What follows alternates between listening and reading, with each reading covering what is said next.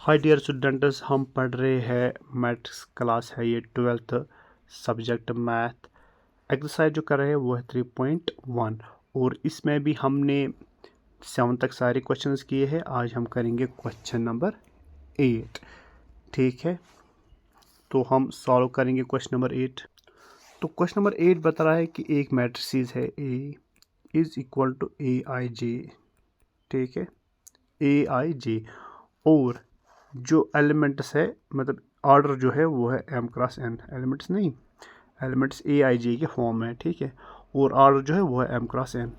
और यहाँ पे और एक पॉइंट बता रहा है कि वो स्क्वायर मैट्रिक्स है। सबसे पहले डेफिनेशन मालूम होना चाहिए कि स्क्वायर मैट्रिक्स क्या होता है। ठीक है, स्क्वायर मैट्रिक्स होता है कि number of rose number of columns के बराबर होनी चाहिए। जैसे कि यहाँ पे लिखूंगा A11 A12 A13, फिर क्या है A21 A22 A23, फिर क्या है A31 A32 A33।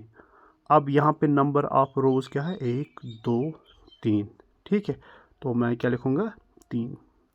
और नंबर ऑफ कॉलम्स क्या है 1 2 3, तो नंबर ऑफ कॉलम्स भी 3 है। तो उसे हम बोलते हैं स्क्वायर मैट्रिक्स। अब इस वाले को नंबर ऑफ रोज को किस तरह हम डिनोट करते हैं m से, और नंबर ऑफ कॉलम्स किससे डिनोट करते हैं n से। तो ये क्या है, ये भी 3 है ये भी 3 है, तो ये आपस में इक्वल है, बिल्कुल इक्वल है। तो यहाँ पे ऑप्शन कौन आएगा सी। तो सबसे पहले आपका डेफिनेशन मालूम होना चाहिए कि स्क्वायर मैट्रिक्स किसे बोलते हैं। स्क्वायर ऑफ मैट्रिक्स बोलते हैं कि number of rose number of columns के बराबर होने चाहिए। ठीक है, और रोज को हम सिंपली एम से डिनोट करते हैं और कॉलम्स को n से डिनोट करते हैं। अब हमारे पास है क्वेश्चन नंबर 9, वो हम सॉल्व करेंगे। देखो यहाँ पे क्या बता रहा है कि यहाँ पे बता रहा है कि वैल्यूज़ x एंड y निकाल लीजिए और बताइए कि किस वैल्यूज़ पे ये आपस में इक्वल है। ठीक है, ठीक है, सबसे पहले मैं क्या लिखूँगा, पहला वाला मैट्रिक्स ये है। ठीक है, ये वाला लिखूँगा। तो क्या क्या है 3x + 7, फिर है 5 y + 1। ठीक है, फिर है 2 - 3x।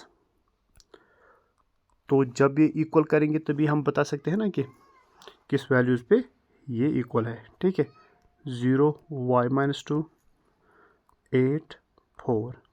ठीक है, तो जब कंपेयर हम करेंगे कॉरस्पॉन्डिंग एलिमेंट, सबसे पहले ये लेंगे 3x + 7। यहाँ पे क्या है 0, तो 0 के बराबर। तो दिस इम्प्लाइज 3x = -7। तो दिस इम्प्लाइज x = -7/3। ठीक है, 7/3। तो यहाँ पे सबसे पहले 7/3 है ही नहीं किसी जगह पे, तो यहाँ पे बी ऑप्शन पॉसिबल है। चलो आगे चेक भी कर लेंगे। ठीक है, फिर भी तो यहाँ पे जो ये दूसरा क्या है y + 1, y + 1 किसके इक्वल है 8 के। ठीक है, तो y = 8 - 1। ठीक है, तो ये क्या है 7। ठीक है, तो 7 यहाँ दो जगह पे आ रहा है। ठीक है, और यहाँ पे एक और बार फिर दोबारा है कि 2 - 3x। हाँ, अगर हम ये भी लेंगे ना, यहाँ पे भी y = 7 के बराबर आता है। ठीक है, 2 - 3x हो गया 4। तो यहाँ पे क्या लिखूँगा -3x, और ये है 4, और ये यहाँ लेके जाऊँगा तो ये बनेगा -2 -3x = 2। ठीक है, और x = -2/3। तो ये दोनों अलग अलग वैल्यूज़ आ रहे हैं यहाँ पे। ठीक है, तो वैल्यू सेम नहीं आ रहे हैं, तो हम बता सकते हैं कि यहाँ पे जो ऑप्शन है वो बी है। तो यहाँ पे पॉसिबल नहीं है कि हम वैल्यूज़ निकालेंगे और यहाँ पे हमें मैट्रिक्स इक्वल मिलेगा। ठीक है, तो यहाँ पे बी ऑप्शन है। ठीक है, सी ऑप्शन ना और कोई ऑप्शन नहीं है। ठीक है, यहाँ पे मैंने सी पे गोल लगा दिया, तो ये नहीं है। अब है हमारे पास क्या है क्वेश्चन नंबर 10। देखो 10 क्या बता रहा है कि the number of all possible matrices of order 3 × 3। हमारे पास एक मैट्रिसेस है 3 × 3। ठीक है, 3 क्रॉस 3। तो हमें निकालना है कि कितने मैट्रिसेस पॉसिबल है बनाने के लिए, ठीक है।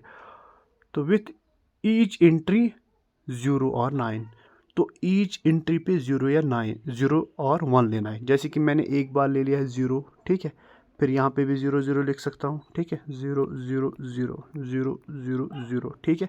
फिर यहाँ पे क्या लूँगा 1 1 0 0 0 0 0 0 0 0, ठीक है। यहाँ पर फिर क्या कर सकता हूँ, और एक मैट्रिक्स बना सकता हूँ। अगर यहाँ पे मैंने अब 0 ले लिया है, ठीक है, फिर यहाँ पे चेंज कर सकता हूँ, क्योंकि यहाँ पे मैंने 0 ले लिया। अब क्या लूँगा 1, ठीक है, 1 0 0 0 0 0 0 0, ठीक है। और क्या कर सकता हूँ फिर, ठीक है। अब यहाँ पे 1 1 0 0 0 0 0 0 0, तो इस तरह का बहुत सारे मैट्रिसेस मैं बना सकता हूँ।